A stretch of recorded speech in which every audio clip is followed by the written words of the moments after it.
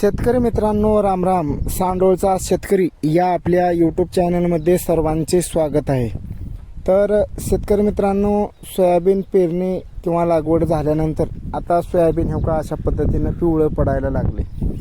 तर ह्याचं सर्वात महत्त्वाचं कारण काय आहे आणि आपल्याला काय करायला पाहिजेत, तर ही सविस्तर माहिती आपण अगदी कमी वेळामध्ये या व्हिडिओमध्ये पाहणार आहोत. तर शेतकरी मित्रांनो, व्हिडिओ शेवटपर्यंत बघा.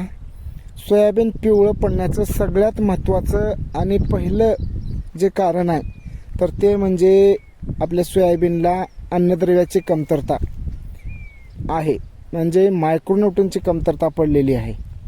त्याच्यामुळं हे सोयाबीन पिवळं पडले.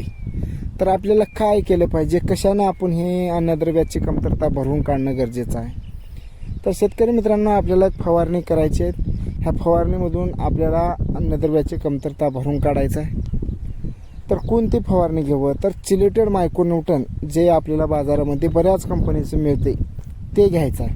आता ते घेत असताना आपल्याला एवढंच फवारून भागणार नाही. आता आपलं सोयाबीन पीक हे 20 दिवसाच्या पुढे गेले, जवळपास 25 दिवस झाल्यात आणि 25 दिवसाच्या पुढून कोणत्याही पिकाला कळ्या निघायला चालू होत्यात. तर आपल्याला काय करायचे, लगेच कीटकनाशक आणि बुरशीनाशकाची फवारणी करून घ्यायचा.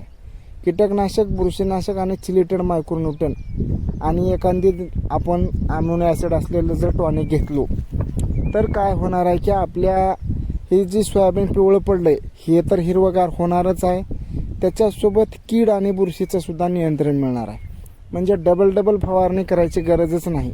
एकाच फवारणीमध्ये आपल्याला एवढं कंट्रोल करायचं. तर शेतकरी मित्रांनो, कोणती फवारणी घेणं गरजेचं आहे, तर आपण हे जे प्रमाण सांगत आहोत ते प्रति पंपासाठी घ्यायचं आहे आपल्याला.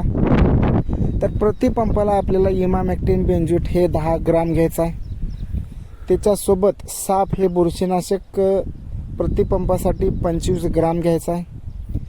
त्याच्यासोबत आपल्याला कोणत्याही कंपनीचं तुम्ही अमोनिया ॲसिड असलेलं टॉनिक हे आपल्याला 25 ते 30 ml घेणं गरजेचं आहे. आणि त्याच्यासोबत आपल्याला हे जे आपलं सोयाबीन पिवळं पडलेलं आहे हे हिरवं करण्यासाठी चिलेटेड मायक्रोन्यूट्रन हे 25 ते 30 ग्राम प्रति पंपासाठी घ्यायचं. हे 4 जर आपण औषधं खत मिश्रण करून जर फवारणी केलो तर आपल्या सोयाबीन पिकावरील कीड, बुरशी नियंत्रण मिळणार आहे आणि जे सोयाबीन पिवळं पडले ते हिरवगार होणार आहे. तर शेतकरी मित्रांनो, डबल फवारणी करत बसू नका. एकाच फवारणीमधून सोयाबीन पिवळं पडलेलं हिरवगार करा, कीड नियंत्रण करा, बुरशी नियंत्रण करा. व्हिडिओ आवडला असेल तर व्हिडिओला लाईक करा, इतर शेतकरी मित्रांपर्यंत शेअर करा. धन्यवाद.